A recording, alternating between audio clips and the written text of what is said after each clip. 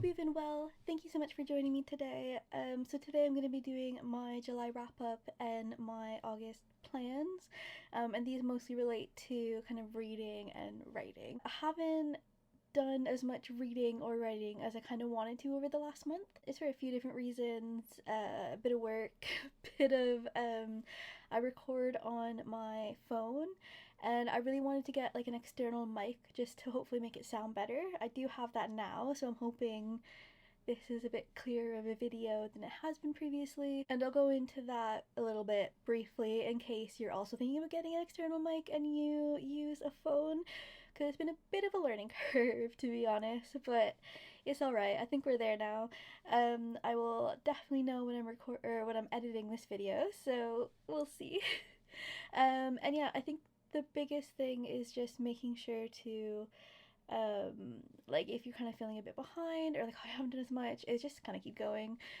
So this is me keeping on going, just because I've gotten stuck in the past just being like, oh, I haven't done what I was going to do, so that means it's too late and there's no point, and there's a point. Just keep going. Little pep talk for myself, and if it helps you, then also for you. A little bit about the microphone excitement or drama or whatever it was. So I was looking at getting a Rode microphone just because I've heard good things, and I'm not very good at understanding tech hardware because I don't use it a lot. Like, I don't experiment a lot of different things. I find something that I like and I just kind of stick with it until it's absolutely run to the ground and then start again. So yeah, so it's been a bit of a learning adjustment. So I wanted to get the the Rode Video Mic Go 2 Ultra. Might be Ultra Compact.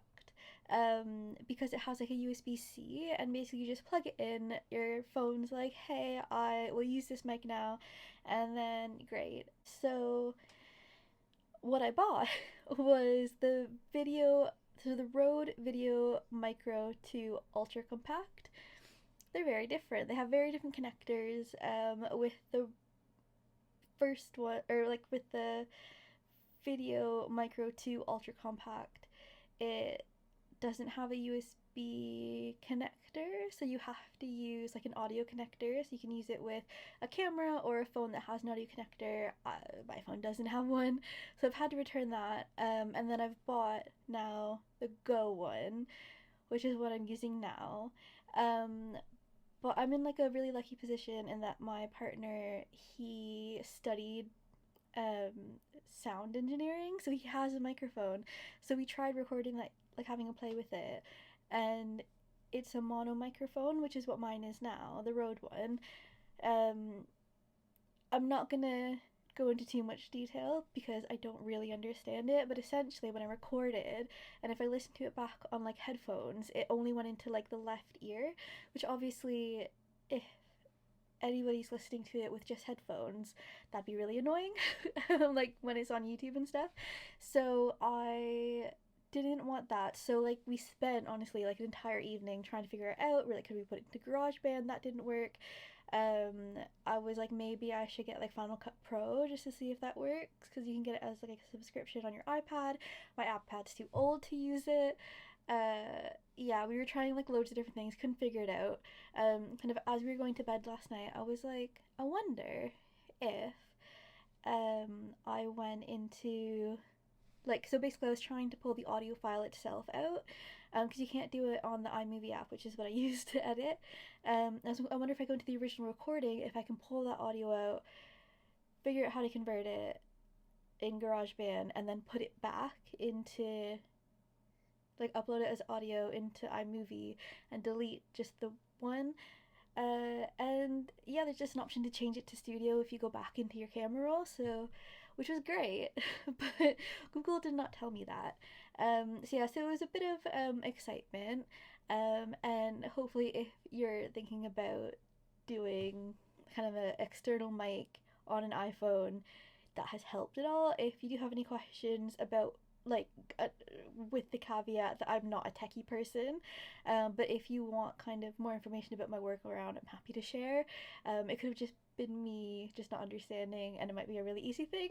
But yeah, so a bit of excitement, but I will get back into the actual wrap up and TBR. So I haven't actually finished many books in July. I only finished Orbital by Samantha Harvey. I've given the book away now, so I don't have like a physical copy to show you, so I will make it appear here. It won the Booker Prize, I believe, last year, and it's like quite short, and I was like, oh, this will be a really easy read and like really quick, and I had to go to audiobook to get through it quickly because it was like beautifully written. There wasn't really a plot. And it's one of those books you kind of want to mull over a bit and like kind of think about what they're like the author's saying and what she's trying to make you think. And essentially there's these astronauts and cosmonauts, I should say, who are up in space in the International Space Station or similar, and they're just kind of making observations about life and Earth and stuff like that. And it is really good. I found there were a lot of lists, and I didn't like the list. Like, I understand, I think, why they were there. But because it was such a short book, we just kept coming back to lists. And I'm like, I get it, but at the same time, I got a bit bored with it. And I did like as well the kind of macro view, like looking out on the earth and then kind of zooming into like individual people or families, and those both kind of having the same weight, or sometimes even like the people on the ground back on earth like had a bit more weight because there's more of a connection to like individual people. It's a lot easier, I think, for people to relate to, oh, this one person is going through like a monsoon season, as opposed to like a million people are going through a monsoon season, just because it's really hard to kind of comprehend a million people. It just becomes a number, really, just because it's so hard to understand. It's like one person or like one family. You're like, oh, my brain can like understand that, like appreciate that, and you feel a lot more connected. So I think that was done really well. I do think it's worth a read just because of how well written it is, but just knowing that there's going to be a lot of lists, and that not much happens plot wise. I've just realised that I have read another book, so that's good. So I read The God in the Gwisin by Sophie Kim, which was an arc, but I also bought the book because I read The God in the Gumiho, which is the first book in this series, and loved it. And I was really excited for the second one, and I got accepted for the galley read on NetGalley shortly before it was published, so I didn't read it in time for it to be published. But I have read it. I did enjoy it. I am actually going to be filming my kind of more in-depth review of it right after this, so I won't say too much about it. I will say that it's a sequel, so that review that I do is going to be very spoiler heavy, but it was a lot of fun. So I'll give you a bit of information about the first book. So there is this, it's Korean mythology based, and there's Hyoka, who's very similar to Loki in that he's kind of like the second son, and he is a trickster god, and basically he led a coup against his brother, and he had an army of unrulies, which are monsters, or I guess creatures, more creatures, and there were unruly ones who were like causing trouble and committing crimes. So he was sent to Earth to kill like a certain amount of unrulies. I think it might have been 20,000, but it's been a year since I read that book. And then once he killed all of those unrulies, he'd be able to go back and ascend back into godhood, essentially, and get his powers back. And the other main character is Hanny, who is a Gumiho, so a nine-tailed fox, but she does transform into like a human as well. And she is an unruly Gumiho, but she's great. I love her. And so Sioka's working as a detective, hunting down these unrulies, and Hani doesn't want to get caught, so she becomes his assistant to try to steer him away from her. And while they're doing that, there are murders that are happening. Hanny's not doing them, so they're investigating those as well. And yeah, it's a really good book. It's kind of like K-drama vibes, and there's like romance. It's very good.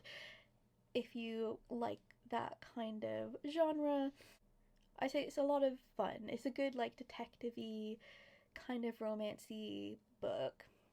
The second book is very different, and even the premise will spoil the first one. So if that sounds interesting, definitely read the first one, give it a try, and then read the other book. Read The God and the Gwisin. And then yeah, I have been dipping into some other books, so I'll go into my August TBR because I'm hoping to finish those this month. So the first one is Structuring Your Novel by M.L. Weiland, and that's just because I'm working on writing a book, and I have drafted like a full like rough draft of a book before, got completely stuck, so I'm kind of working on a different story just to try to approach it in a better way, because I finished that one like 5 years ago. It's just been too long now. So yeah, so I'm just kind of getting back into the basics because I have the idea. I just want to be able to execute it well, hopefully. Like, I know that they'll be editing at the end, but yeah, but we'll see. And then I want to read, the same author does like a creating character arcs book, and that I want to read that as well, and a themes book. I've got a lot of reading to do for her, but that's okay. The next book is Someone You Can Build a Nest In by John Wiswell, and I have been reading this about a quarter of the way through, maybe. It is so weird, but so good. It's not usually the kind of book that I read, just because it's horror, and it's quite gruesome, but it's so funny, and there's a lot of introspection about humanity and like kind of the difference between humanity and monstrous and where those lines blur, which is often, and it has a lot of humor in it. Sheshishan is the main character, and she is hilarious, also terrifying, but hilarious. And yeah, I'm really excited to get more into that book and to finish it. It did also win the Nebula Award, I believe, and that's what kind of brought it to my attention. And Daniel Green was talking about it, and I was like, that sounds terrifying, but so good. Well, maybe not terrifying, but very strange. In some ways, it kind of reminds me of Gideon the Ninth by Tamsin Muir in terms of like the body horror aspects to it, but this definitely goes a bit heavier into it, and it feels more fantasy than science fiction. But yeah, but if you like the kind of Gideon the Ninth storytelling and are okay with that kind of more gruesome aspect, then this might be something that you would like as well. Yeah, but I will do like a proper review after I finish the book, and hopefully that'll be coming out next month, as long as I can finish it this month, which I think I will be able to, because I'm really enjoying it. And then the last book I want to read this month, we're in August now, is Death and Other Occupational Hazards by Veronika Dapunt. And this book sounds really good. It's, I haven't read it yet, but I think it's death personified, and she wants to go on holiday. So she goes on holiday, having a good time, and then people start dying, and she's like, I'm not killing people. Like, people are not dying because of me. What's going on? And it becomes a bit of a murder mystery, but death is investigating the murder mystery. That's really all I know. And I don't really want to know more than that kind of going into it, so I think it'll be a lot of fun and a good summer read now that we finally have summer. So some writing updates. So the really only one is I'm kind of reading those books, and I also went to that writing retreat that I mentioned, and it was fantastic. The people were really nice. The atmosphere was really nice. Everybody was just like focusing. Essentially, you do writing sprints, and then you kind of get together, kind of say what you've done, what your plan is for the next sprint, and it was cool just to be in a community of writers, and I have signed up for the one this month as well because I thought it was so good. So during that I did do some brainstorming and some arc planning as well, which is kind of my main plan going into the new writing draft, just to kind of have a bit of a roadmap of where I'm going. Not like fully plotted out, but just having an idea. And then just following off of that, I'm still going to be doing the same thing this month, just going to the retreat, reading books on writing, and brainstorming. Okay, so that's my video. Thank you so much for joining me. If you have any reading or writing goals especially, pop them down below just so that we can celebrate together, can cheer you on a bit. And again, thanks so much for joining me, and I will see you in the next video.